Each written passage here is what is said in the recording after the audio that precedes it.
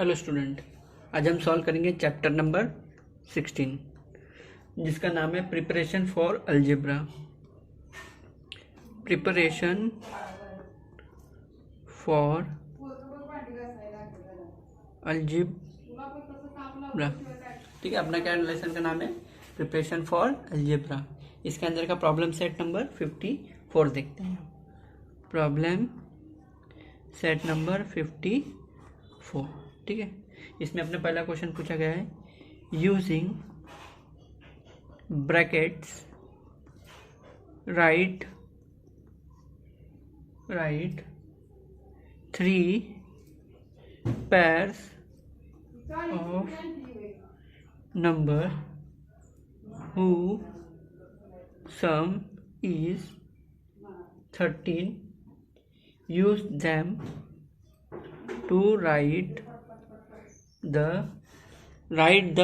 Equalities, ठीक है। अपने को क्वेश्चन नंबर 1 में पूछा गया है कि आप ब्रैकेट में क्या करो, ऐसा पेयर ऑफ नंबर, पेयर मतलब जोड़ी में नंबर लिखो कि आप उसका प्लस करोगे तो कितना आंसर आना चाहिए?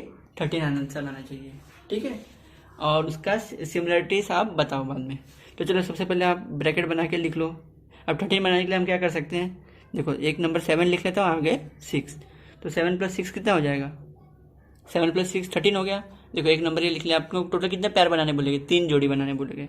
तो 7 + 6 हो जाएगा, फिर हो जाएगा 8 + 5, फिर और एक हो जाएगा 9 + 4, ठीक है। देखो, अपने 3 पैर लिख लिए।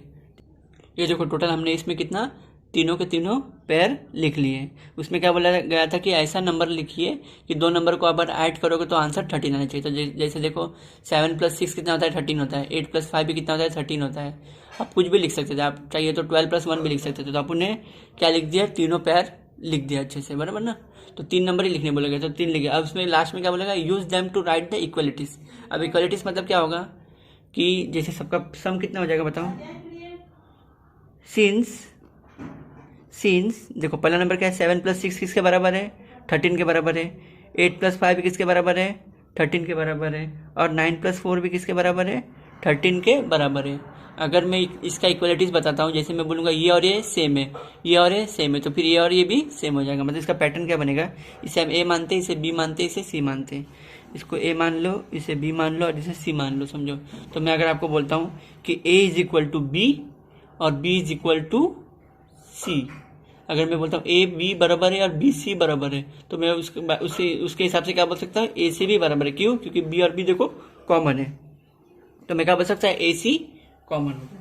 तो अपना पैटर्न इसमें लिख लो। पहला क्या, इसको ए मान लो, इसको बी और इसको सी। तो मैं क्या बोल सकता हूँ? 7 + 6 = किसके बराबर है? 8 + 5 के बराबर है। 8 + 5, ठीक है। और 8 + 5 किसके बराबर है? 8 + 5 किसके बराबर है? 9 + 4 के बराबर है। तो मैं क्या बोल सकता हूँ उस आधार पे कि पहला नंबर है और लास्ट वाला मतलब कॉमन है। मतलब क्या हो जाएगा कॉमन? 7 + 6 किसके बराबर हो गया अपना? ये हो गया, ये बराबर हो गया किसके? 9 + 4 के बराबर हो गया, ठीक है।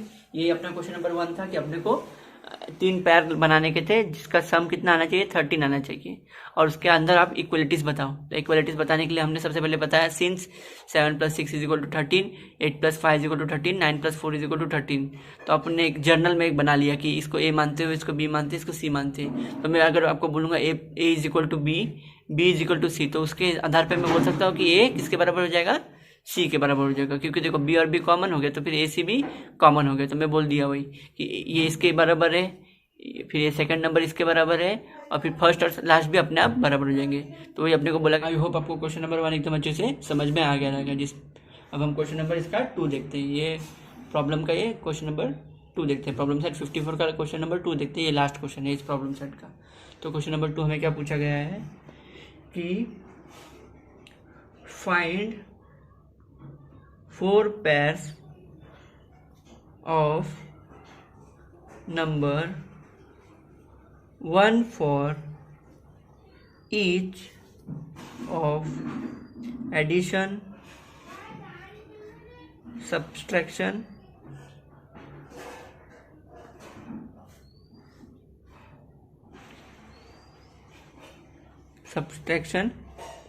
और उसके बाद मल्टीप्लिकेशन, और फिर लास्ट में डिवीजन एंड डिवीजन, ठीक है। टेक that made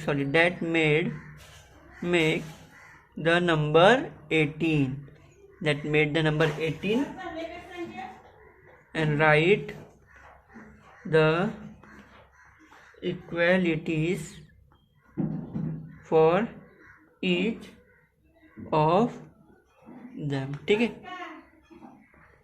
तो अपने को एक क्वेश्चन नंबर 2 में क्या बोला गया है, हमें क्वेश्चन नंबर 2 में बोला गया है कि आपको 18 नंबर लाना है। कैसे? एडिशन करके, सब्ट्रैक्शन करके, मल्टीप्लिकेशन करके और डिवीजन करके, कि आप चारों ऑपरेशन परफॉर्म करेगा तो उसका आंसर क्या आना चाहिए? 18 आना चाहिए।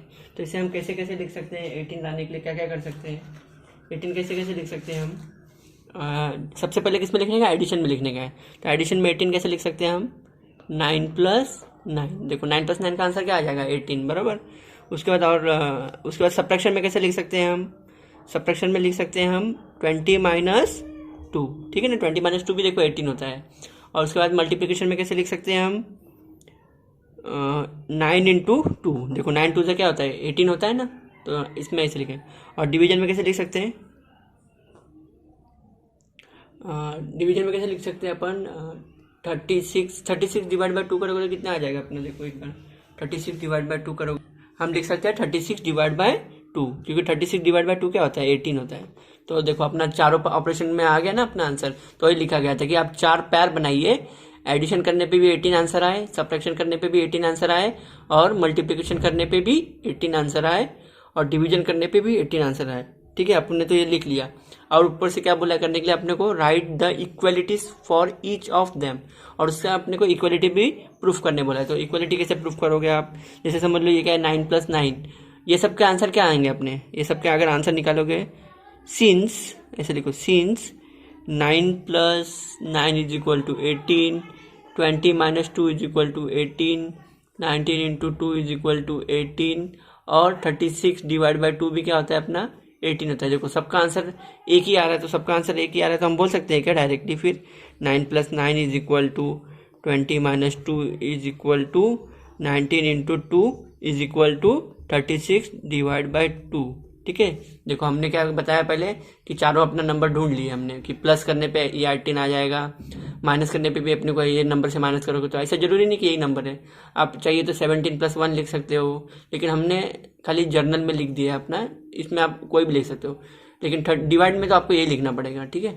डिवाइड में तो ये आएगा, और कुछ आ सकता है, हाँ आ सकता है, अगर आप आगे का नंबर का एक्सप्लोर करोगे तो आ जाएगा। तो अपन ने 4 पैर लिख लिए, ठीक है। चारों पैर लिखने के बाद अपने को किस में लिखने का था? एक एडिशन में लिखने का था, एक सब्ट्रैक्शन में लिखने का था, एक मल्टीप्लिकेशन में लिखने का, एक डिवीजन में लिखने का था, ठीक है।